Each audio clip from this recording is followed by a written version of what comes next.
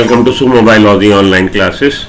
तो बेटा हम लोग बात कर रहे हैं प्रिपरेशन स्ट्रेटजी क्या होनी चाहिए फ्रेशर के लिए फॉर नीट 2024। नीट 2024 के लिए क्या आपको स्ट्रेटजी अपनानी चाहिए। तो एक बात याद रख लीजिएगा, फॉलो एनसीईआरटी। एनसीईआरटी ओनली का मतलब केवल और केवल एनसीईआरटी, कोई भी चीज़ आप और अभी ना पढ़िए अगर आप फ्रेशर हैं तो।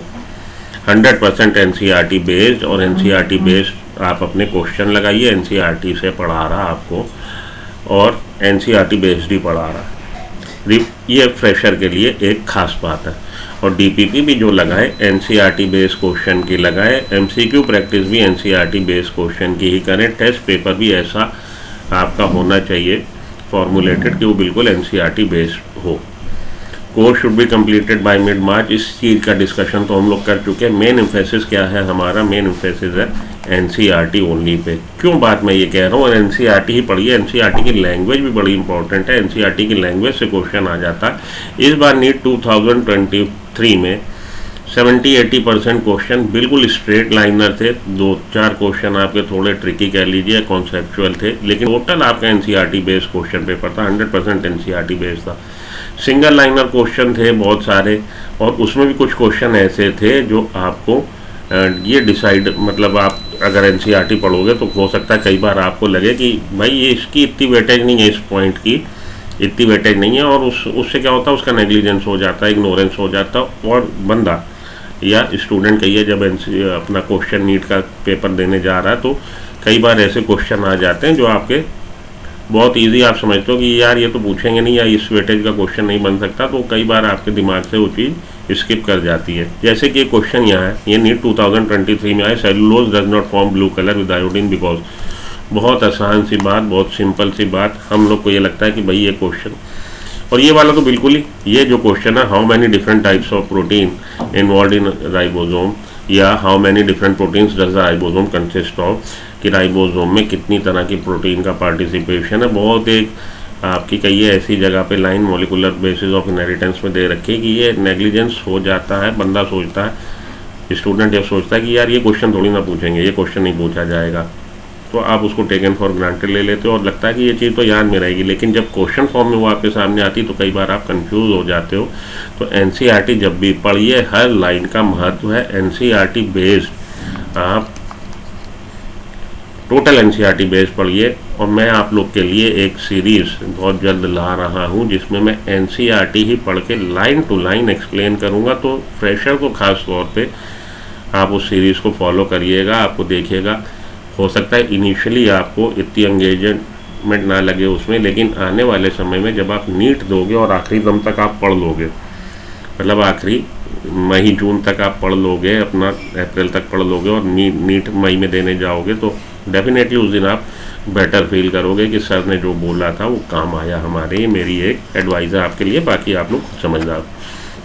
ये वाला क्वेश्चन है, जैसे मैंने 2-3 क्वेश्चन नीट 2023 के यहाँ पे कॉपी पेस्ट किए हैं कि भाई आपको आइडिया लगे कि नीट में किस तरह के क्वेश्चन वो पूछ देते हैं। Given below are 2 statement, protein is imagined as straight line, the line left hand represented by first amino acid, right hand represented by last amino acid, adult human haemoglobin consist of 4 sub unit. तो बड़ी एक simple सी lines हैं जिससे आप ये सोच दो कि भाई ये क्वेश्चन, लेकिन देखिए क्वेश्चन ये भी बना है, कि राइबोसोम में कितनी तरह की प्रोटीन्स हैं, और क्वेश्चन ये भी बना है कि सेलुलोज ब्लू कलरेशन फॉर्म नहीं करता आयोडीन के साथ, क्यों।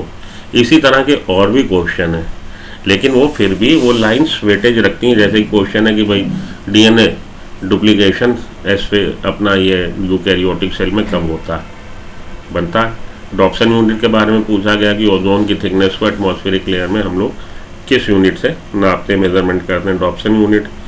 तो ये है तो स्ट्रेट लाइन है। अब आप कहो जी ये भी इससे क्वेश्चन में आते हो, वो तो फिर भी वेटेज रखते हैं। कितने एटीपी रिक्वायर्ड है for synthesis of 1 molecule of glucose.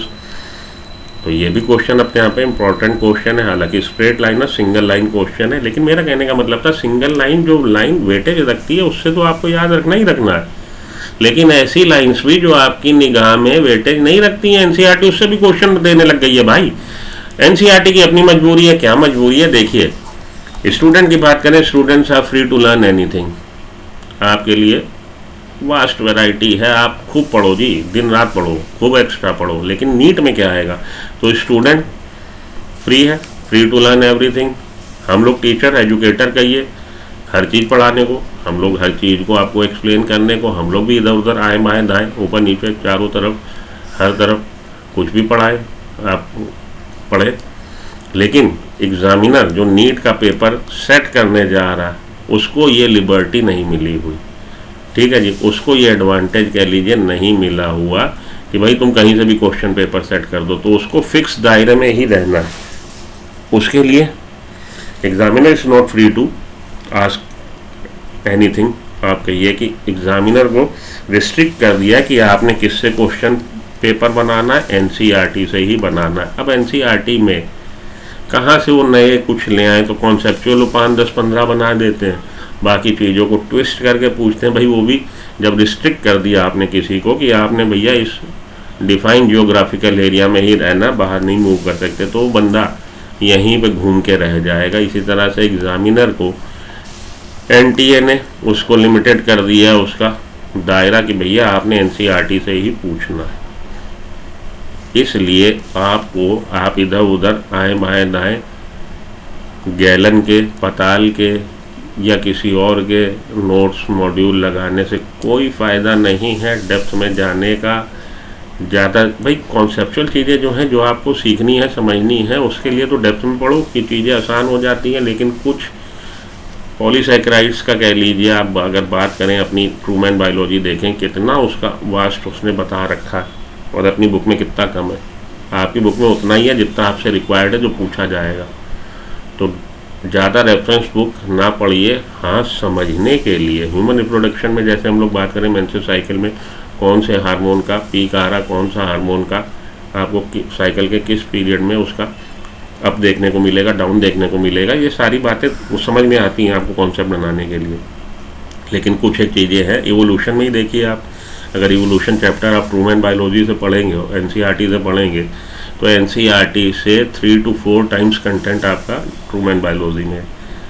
लेकिन मैं आपको कतई राय नहीं दूंगा कि आप उस पर जाइए। आपका लक्ष्य क्या है? आपको चाहिए नीट की सीट, और नीट की सीट आपकी एश्योर क्या करवा रही है? एनसीईआरटी करवा रही है। केवल और केवल एनसीईआरटी पढ़ लो, लिख लो, आपके काम आएगा अगर आप मुझे कुछ अपना समझते हैं तो रिपीटर के लिए, रिपीटर अपने आप में स्वयंभू वो लोग हो जाते हैं 2-3 साल के बाद, उनको लगता है हमें तो, और बायोलॉजी के लिए तो समझते हैं तो भाई घर की मुर्गी है, इसको तो जब चाहेंगे तब वो चलेंगे।